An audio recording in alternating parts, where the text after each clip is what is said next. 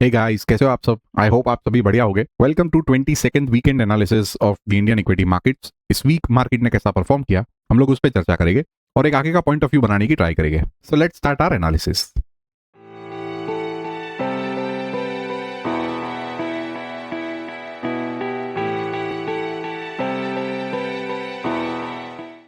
Nifty का closing हमें देखने को मिला है 23,547 पे। कहीं ना कहीं हम लोग वापस से साइडवेज जोन में फंस चुके हैं। ये जो हम लोग ने लास्ट वीक एक बॉक्स ड्रॉ किया था डेली चार्ट पे, वापस से हम लोग उसके अंदर क्लोज किए। 3 दिन लगातार हम लोग ने उसके ऊपर यहाँ पे रेजिस्टेंस के पास, जहां पे हम लोग ने लास्ट वीक चर्चा करी थी 24,100 के ऊपर उसे सस्टेन होना है, बट हम लोग यहीं पे रेजिस्टेंस लेके वापस से इस बॉक्स के अंदर चले गए। So this is not a bad sign, but हम लोग एक साइडवेज कंसोलिडेशन में अभी तक फंसे हैं। जो कल हमें सेल ऑफ देखने को मिला, that can be due to MSCI rebalancing exercise हो सकता है, उसका सेल ऑफ हो सकता है। तो इसमें आपको वरी करने की जरूरत नहीं है। जब तक हमारा सपोर्ट लेवल 23,100 सेफ है, तब तक हमें यहाँ पे वरी नहीं करना है, राइट। यहीं पे हम लोग अगर कंसोलिडेट करते हैं तो वो एक अच्छी साइन मानी जाएगी। हमारे जो लेवल्स है वो लास्ट वीक के ही रहेंगे। ऊपर की साइड पे 23,890 से 24,100, नीचे की साइड पे 23,100। सो ये 1000 पॉइंट्स के बीच में ही निफ्टी अभी फिलहाल फंसी हुई है। सो यहाँ पे ही हमें अच्छा सा एक कंसोलिडेशन दिखाना है, राइट। इस वीक दूसरा कुछ नया नहीं है, everything is same. Let's see कितने वीक हम लोग कंसोलिडेट करते हैं साइडवेज में और इससे कौन सी साइड ब्रेक करते हैं, नीचे की साइड या ऊपर की साइड। ओके, अब देख लेते हैं बैंक निफ्टी को। बैंक निफ्टी का क्लोजिंग 54,239 पे हमें देखने को मिला है। ऊपर के और से हमें अच्छी खासी सेलिंग देखने को मिली है।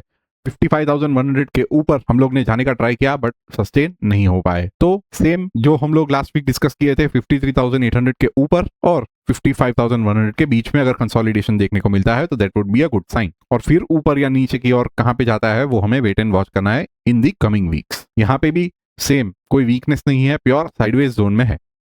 दूसरे इंडेक्सेस की जहां तक बात करें तो सब में हमें सेलिंग प्रेशर देखने को मिला है और केवल एक ही सेक्टर है जो कि है मेटल।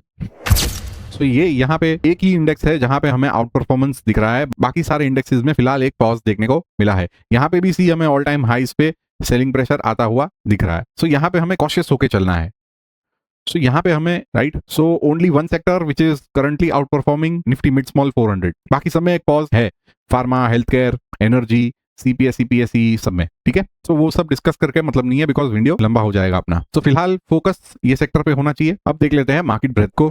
मार्केट ब्रेथ की जहां तक बात करें, percentage of stocks above the shorter term moving average is at 41%, percentage of stocks above the medium term moving average is at 68%, and percentage of stocks above their long term moving average is at 34%। कहीं ना कहीं हम लोग अभी 30 के ऊपर sustain हो पा रहा है काफी हफ्तों से। आप यहाँ पे देखिए तो हम लोग एक छोटी सी रेंज में कंसोलिडेशन कर रहे हैं। So this is a good sign. कहीं ना कहीं मार्केट ब्रेथ में सुधार हमें देखने को मिला था फ्रॉम द डाउन साइड, और 30 और 40 के बीच में हम लोग अभी फिलहाल है। Still we are in a weak market, we are in a bear market, और एक काउंटर रैली हम लोग देख रहे हैं।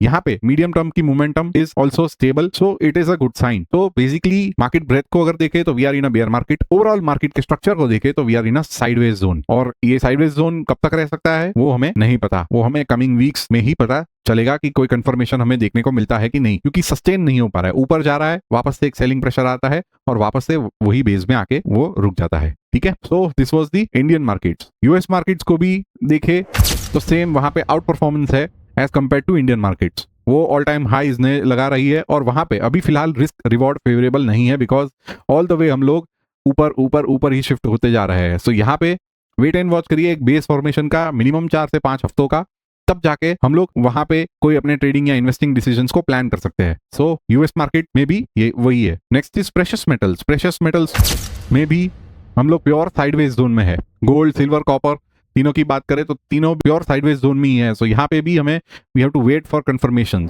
And the next is crude oil. So crude oil में भी हमें एक गिरावट देखने को मिली है, एक सेल ऑफ देखने को मिला है, तो वो अच्छी बात है फॉर इक्विटी मार्केट्स।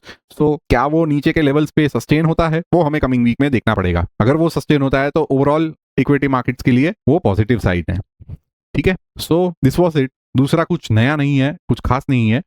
सेम हम लोग साइडवेज जोन में है तो ये डल मार्केट होती है, तो यहाँ पे ऊपर नीचे सिर्फ वॉलेटिलिटी रहती है। तो बेहतर है अगर बिगिनर्स, नए ट्रेडर्स या इन्वेस्टर्स हो तो साइड रहिए। अगर आप एक्सपीरियंस्ड हो तो आप यहाँ पे अपने छोटे रिस्क रिवॉर्ड्स को प्लान कर सकते हो, जहाँ पे आपको रिस्क रिवॉर्ड फेवरेबल मिल रहा हो और आपको मल्टीपल कंफर्मेशंस मिल रहे हो। ठीक है, so this was the analysis for 22nd weekend of 2026। हम लोग मिलेंगे ऐसे ही एनालिसिस के अगले वीडियो में। Until then enjoy this weekend. Thank you very much.